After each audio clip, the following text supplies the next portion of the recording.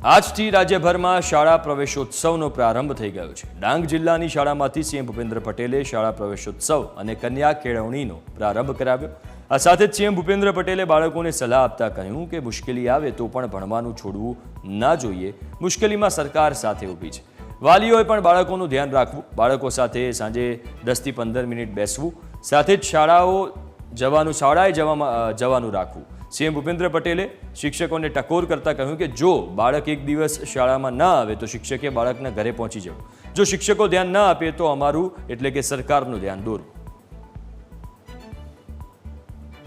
મંત્રી સર સાથે જે વાત થઈ છે કે કેવી રીતે તમે આગળ વધ્યા અને શું સહાય મળી છે, શું એટલે બાળકોને તમે ગાઈડ કરો કે જેનાથી એ લોકોને ખબર પડે કે શું સ્કીમ ચાલે છે, કેવી રીતે આગળ વધવાનું, જો પણ કંઈ પણ તકલીફ આવે તો કેવી રીતે આગળ વધવાનું, ફાઇનાન્શિયલી રીતે એ પણ સરકારની અમુક સ્કીમ હોય એ વાલીઓને કે સ્ટુડન્ટોને ખબર નથી હોતી, તો એના માટે તમે સ્કૂલમાં આવીને એના માટે તમે એમને ગાઈડ કરો તો એ લોકોને આગળ વધવાની તક મળે। IIT 11 સાયન્સમાં જ્યારે મેં એડમિશન લીધું ત્યારે મેં એ ગ્રુપ રાખ્યું અને ત્યાંથી મને IIT જેવી પરીક્ષા હોય છે IIT જવા માટે એમના માટે સ્વામીજી અને તેના શિક્ષકોએ મને માર્ગદર્શન આપ્યું। તો ત્યાર પછી મેં IITમાં જવા માટે JEE એડવાન્સ નામની એક્ઝામ પાસ કરીને હું IITમાં પ્રવેશ મેળવ્યો, જે અમે 2019માં ગયો હતો અને હાલ મારું લાસ્ટ યર રનિંગ છે। ત્યાંથી હું પાસ આઉટ કરીને પછી મારી ઈચ્છા છે કે હું UPSC નામની એક્ઝામ પાસ કરું અને આગળ IAS બનું।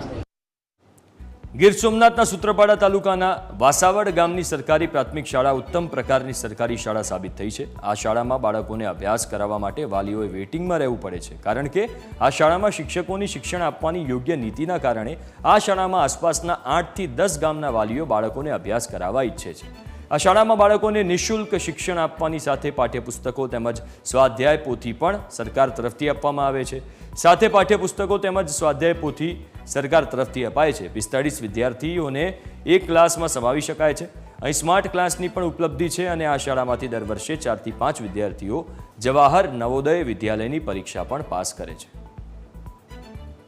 સ્ટાફમાં આચાર્ય દિલીપભાઈ ઝાલા અને સ્ટાફની એટલી મહેનત લે છે કે લગભગ આજુબાજુ 10 ગામમાં તો ક્યાંય એવી મહેનત કોઈ નહીં લેતું હોય। ગામને દીપાદી સ્પોર્ટમાં બીજી કોઈ પ્રવૃત્તિમાં ગામનો પહેલો નંબર જ આવે છે। 5 વર્ષથી તો 1 નંબર ઉપર છે, તાલુકા કક્ષાએ હમણાં જિલ્લા કક્ષાએ આવશે।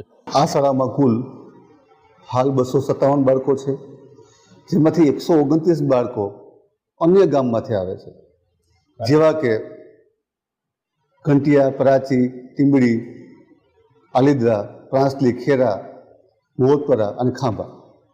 એનું કારણ છે કે છેલ્લા 12 વર્ષથી આ શાળાનું પરિણામ A અને A+ ગ્રેડમાં છે।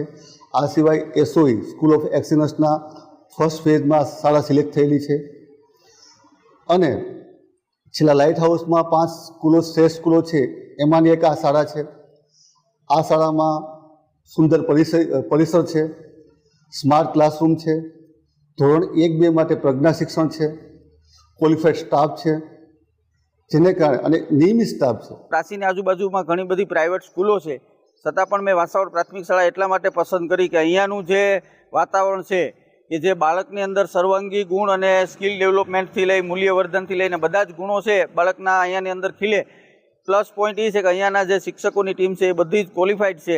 સાથે સાથે એક બાળકનું મોનિટરિંગ રાખી અને આગળનું શિક્ષણ એને આપે છે। હાલ શિક્ષણ સત્રનું નવું સત્ર ચાલુ થયું છે અને સ્કૂલો ખોલી રહી છે। ખાસ કરીને જો વાત કરવામાં આવે તો ગીર સોમનાથ વિસ્તારમાં સૂત્રાપાડા તાલુકાની વાસાવડ પ્રાથમિક શાળા છે, તેનું શિક્ષણ ટોપ લેવલમાં આવી રહ્યું છે। ખાસ આ સ્કૂલની વાત કરવામાં આવે તો વાલીઓ પોતાના વિદ્યાર્થીઓને ભણવા માટે ખાનગી સ્કૂલો પસંદ કરી રહ્યા હોય છે, પણ ત્યાં અહીં વાસાવડ પ્રાથમિક શાળા છે તે શિક્ષણ લેવલે બહુ ટોપ લેવલમાં હોય અને વાલીઓ આ શિક્ષણ મેળવવા માટે લાઇનમાં ઉભતા હોય છે। તે વર્ષમાં વિદ્યાર્થીઓ 70 થી 75 વિદ્યાર્થીઓ વેટિંગમાં હોય છે। ખાસ કરીને આનું જે શિક્ષણ છે કે ખાસ કરીને મહત્વનું છે, જે શિક્ષણની કાર્યપદ્ધતિ છે, સ્ટાફ છે, તેના આચાર્ય છે, તેની તમામની સ્ટાફગણની અને વાલીઓનું કહેવું છે કે આનું જે શિક્ષણ છે પ્રાથમિક સ્કૂલનું શિક્ષણ તે પ્રાઇવેટ સ્કૂલને ટક્કર આપે તેવું છે અને આ સ્કૂલનું શિક્ષણને લઈને વાલીઓ અહીંથી 10 થી 15 કિલોમીટર દૂરથી ગામના વિદ્યાર્થીઓને અહીંયા પોતાના બાળકને અહીંયા અભ્યાસ કરવા માટે મોકલે છે। News capital, Arvind Sodha, Gir Somnath.